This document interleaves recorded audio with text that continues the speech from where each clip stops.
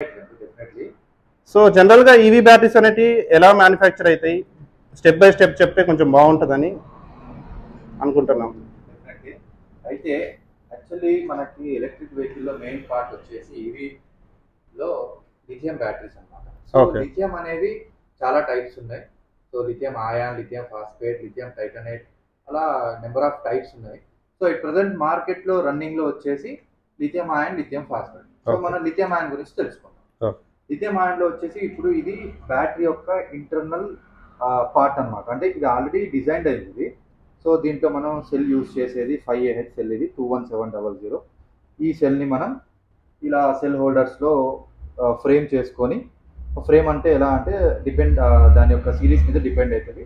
ఆ సిరీస్తోని ఒక frame ready చేసుకొని ఫ్లోర్స్ అలా మొత్తం 1 2 3 floors and half part floor అలా డిజైన్ చేసుకొని మనం దాన్ని ఎప్పుడైతే డిజైన్ చేసుకుంటామో ఇలా నికిల్ స్ట్రిప్తోని వెల్డ్ చేసుకుంటాం. ఏంటంటే ఇప్పుడు ఫస్ట్ ఏదంటే ఒక బ్యాటరీ ఒక అవుట్పుట్ వోల్టేజ్ రావాలి అంటే మెయిన్ థింగ్ మన చిన్నప్పటి నుంచి తెలిసిందే ఏంటంటే సిరీస్లో కనెక్ట్ చేస్తే వోల్టేజ్ పెరిగిద్ది, ప్యారలల్లో కనెక్ట్ చేస్తే కరెంట్ పెరిగిద్ది. ఓకే.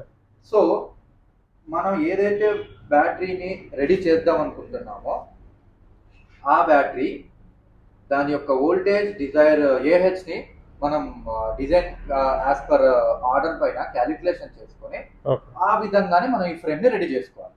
ఇప్పుడు ఇట్లా వెల్డ్ అన్నారు, దానికి ఏమైనా ఎక్విప్మెంట్ ఉంటుందా అండి? సో దీన్ని ఫస్ట్ వెల్డింగ్ చేయాలంటే దీనికి ఒక స్పాట్ వెల్డింగ్ మెషిన్ అనేది ఒకటి ఉంటుంది అనమాట. ఆ స్పాట్ వెల్డింగ్ మెషిన్ వచ్చేసి ఒకటి పోర్టబుల్ ఒకటి ఉంది, నెక్స్ట్ ఒకటి పెద్దది ఒకటి ఉంది అనమాట. ఇదేనండి? ఇది ఒకటి, నెక్స్ట్ ఇది. సో ఇది heavy duty spot welding machine ఇది. సో దీని మీద డైలీ ఒక 20 బ్యాటరీస్ వరకు మనం అవుట్పుట్ తీయగలం అనమాట వెల్డింగ్ చేసుకుంటూ. నెక్స్ట్ వచ్చేసి ఇది పోర్టబుల్. ఏదైనా ఫ్లోర్ క్రిటికల్ కండిషన్లో ఉన్నప్పుడు